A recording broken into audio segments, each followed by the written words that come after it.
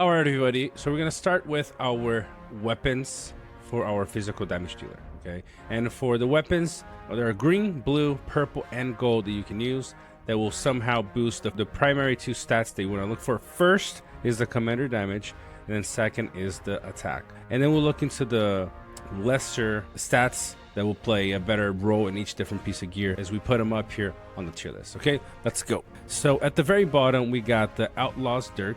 That is the very first piece of gear that we're going to be ranking. Outlaw's Dirk has a commander damage range of 1-1, the very bottom, right? And a commander damage of +2. So that's going to be at the D. That's going to be a D for me. Okay, next up we have the Orc Dagger. Orc Dagger has a +10 of command and a +2 of commander attack. Because the primary stat that we're looking for is commander damage, Orc Dagger is going to be at the bottom of the D tier. Next up, we have the Broadaxe. Broadaxe is now a level above the green. Remember, you got green at the bottom, blue, purple, and gold at the very top. Okay, so the Broadaxe actually sits in tier C. Okay, Broadaxe has a commander damage range of 2-4, commander attack +2, and unit attack of +2 as well. Next up, then we have the Uruk-hai Pike. Uruk-hai Pike is going to be sitting at the very top of the tier C. That is because it has the same commander damage range as the Broadaxe from 2-4, but then it has a commander attack of +3, which is a little bit better than what we have for the Broadaxe. Next up, we have Spear of the Rangers. Spear of the Ranger is going to be sitting right next to the Broadaxe. Although they all have a range of 2-4, the attack on the Spear of the Ranger is the same as the Broadaxe, but then the Spear of the Ranger has a focus of +2, whereas here he's boosting a little bit of the unit. Not a huge difference here, so in a way you can kind of play as you want to, but definitely Uruk-hai Pike is the better one with an extra attack to your physical commander damage. Okay, next up we have the 3 purple pieces of weapon gear that you can run. So we have, let's put them down here. Oh, actually we have one more. We have the Bone Hatchet. He's going to be sitting right in between the Outlaw's Dirk and the Orc Dagger, just because it has a 1-1 of commander damage, which is something, right, compared to the Orc Dagger that only has command, and then +2 of unit attack. That's where I said it. Like I said, the same thing with Broadaxe and the Spear of the Rangers. You can kind of do either or, because 1-1 of damage is okay, but then +2 attack on the Orc Dagger is also kind of okay. So next up now we have, let's pull them up. We got our Battle Axe. Then we have our Easterly Spear. Let's see where we find that bad boy. Easterly Spear is all the way down over here. And then after that we have the Elven Dirk. Okay, so the Battle Axe is the best in-slot purple gear so far in the game, with a commander damage range of 5-7, okay, and a commander attack of +6 and unit defense of +2.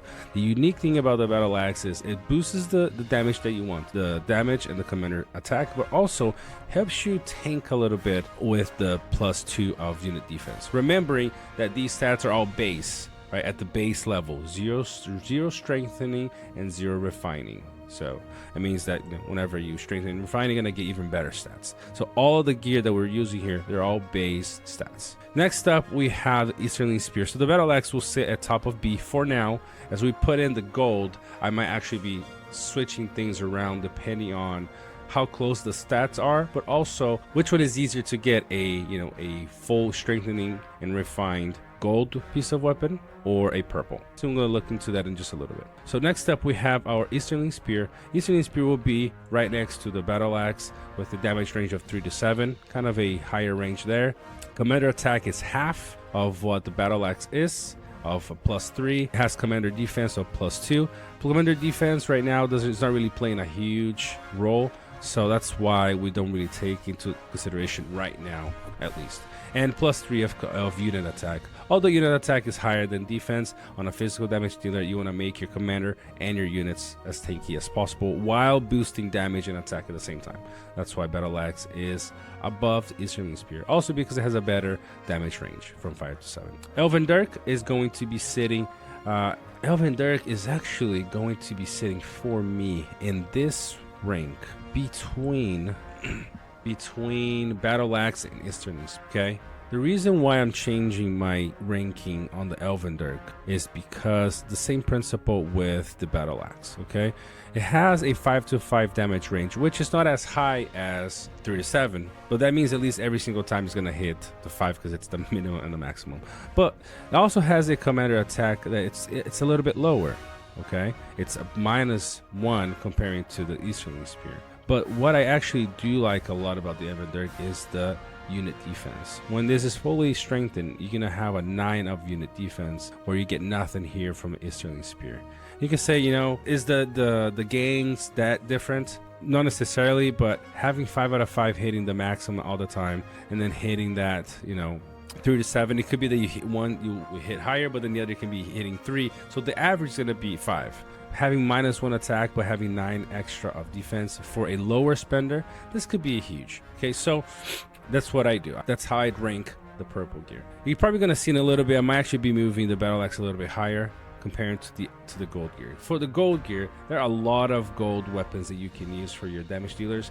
Not necessarily you should. I would stick to the top 4 that I'm gonna put here if you're gonna go anywhere below the best in slot. The other ones, I'm showing you all of the gear that has those 2 traits, commander damage and commander attack. Okay, so we'll go with the A tier for now. With A tier, we need, let's see, we need our Sandclaw, we need Nightfall, we need Bull the High Elves, we also need the Crew Hook and the Hammer of Moria. Okay, let's start with the Sandclaw.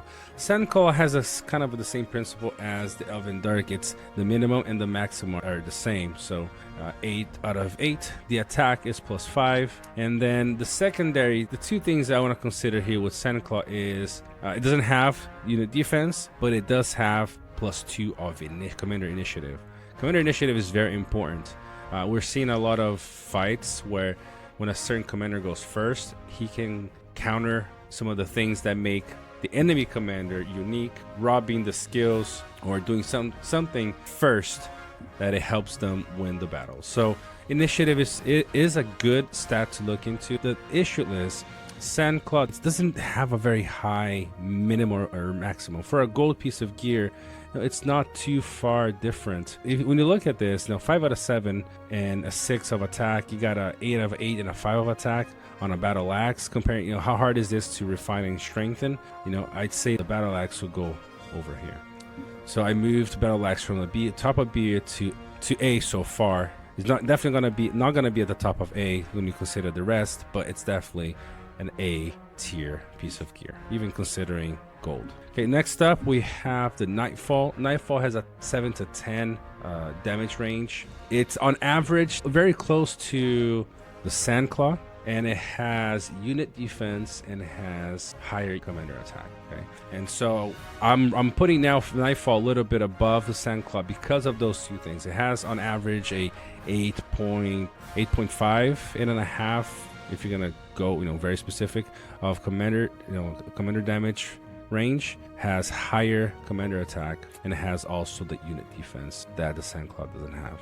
Now again, I don't really recommend you going with these lower pieces of gear unless you absolutely don't have the top ones. Okay, next up we have now is the Bull the High Elves. Bull the High Elves has a higher range than Sandclaw, has a higher maximum than a Bull the High Elves, but has very, very low attack. And in this case, I don't see the defense being a huge extra between them 2, because the average here is going to be about 8. The average on the Bull the High Elves is going to be about 8, and the fact that you're only going to get 9 of attack comparing to 15, I'd say you can kind of play with them around each other. You can consider the fact that you have 12 extra attack. You say, well, you got 12 extra attack on that Nightfall, but everything else on the Nightfall is also better, minus the 1+ extra one here. Damage didn't commander, this just seems too low for me. So the Bull of the High Elves definitely be at the lowest for me, even though it has the unit defense. I'll probably invest more on the initiative in this case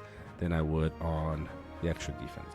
Next up we have the Crew Hooks. Crew Hooks has a 7 to 11 damage range, which is the highest between the A tier right now on the minimum, has the same as a Nightfall, but also tying with Bull the High Elves at the maximum. I definitely put this at the higher end, and I put it above the battle axe just because of the pure stats, right? You got the 7 out of the 11 from the damage, and then a 9 of commander attack. You are missing the defense, but the 6 defense I don't think makes up for the the 27 attack that you get here and the 18 here, and an average of 6 on the battle axe and an average of 9 on the crew hooks. That's where the crew hook will sit for me. Last but not least, on the A tier, now you have the Hammer of Moria. Hammer of Moria is an interesting thing. If I place them here for a second, it has the lowest minimum out of all the other 5, but it has the highest maximum out of the other 5. Okay, on average, you're looking at somewhere around 8 to 9, which is very good. Has a pretty decent commander attack, but the issue here currently is that there is no unit defense, and commander defense right now plays a little to no role currently in the game. So I would place Hammer of Moria. You get an 8+, it has a pretty good range and a pretty good attack, so you could place it either between the Bow of the High Elves. Probably place it just because you do have a pretty good range here. You also have a pretty good here, and Hammer of Moria kind of in the middle between among knife and the sand. Okay, now we're getting to the real nice gold pieces of weapon for you to use on your physical damage dealer. The top 3, we're not getting to the best in slot yet. The top 3 here we have are Blazing Tongue, Reach of the Rider Mark, and the Black Bow. Starting with the Blazing Tongue, okay, it's not gonna be the top of S, but look at that nice commander damage range, 5 to 15. Has some of the lowest minimums, but right now has the highest maximum at 50. And it's really nice because it has both attack and focus. Makes this piece of weapon very versatile if you want to run this on 2 different formations. One has run a physical or a elemental. It can be played both ways. It's lacking the unit defense for extra tankiness, but it has, pairing to the crew hook, has the same amount of attack, and also the crew hooks doesn't have defense. Reach of the Rider Mark, it goes below Blazing Tongue just because the overall stats are just a little bit less. It has 7 to 13 of a commander damage range, plus 7 of attack, plus 7 of focus, plus 2 of initiative. This is the same idea with the Sandclaw. Has lower stats, but has the extra initiative. In some formations, that initiative might be worth a little bit more than a little bit extra stats on attack or focus. Something to keep in mind for your own build. You might need a commander to be faster rather than having more attack or more focus. On average, it's not essential, but for some builds this initiative can be game breaking. Okay, and the Black Bow will sit at the very top of the S tier. Look at that nice range, 6 to 14. Has a little higher minimum, 1 lower maximum, but look at the commander. It has 13 at the base stat. Commander defense, like I said earlier, doesn't really play a whole lot, but the commander attack really scales really nice once you strengthen that piece. Last but definitely not least, let's look into what is the best in slot weapon for physical damage. And if you guessed the Axe of Khazad-dûm, you be correct. Axe of Khazad-dûm has both some of the highest minimums and the highest maximums in the game. 7 to 15 is the commander damage range, with the highest commander attack at plus 16 at base stats and a plus 2 of commander defense. Just ignore the commander defense for now. Axe of Khazad-dûm just punts really hard on your physical commanders. Let's save this nice little image right here so we can share on Discord. And that is our physical commander damage dealing weapon tier list. All right, so if you're watching this right now, stay tuned for a video that's going to be coming out on the YouTube channel. If all these that you're seeing now on the screen, and as well as this tool right here that we launched recently in the community, I'll be making an announcement of something. It's secret right now, so if you're watching this now, either it might have come out already, and if it hasn't, just stay tuned because we're showcasing a tool that is going to take this tool that you guys are using right now to the next level for you guys in the community. All right, take care everybody, see you in the next video.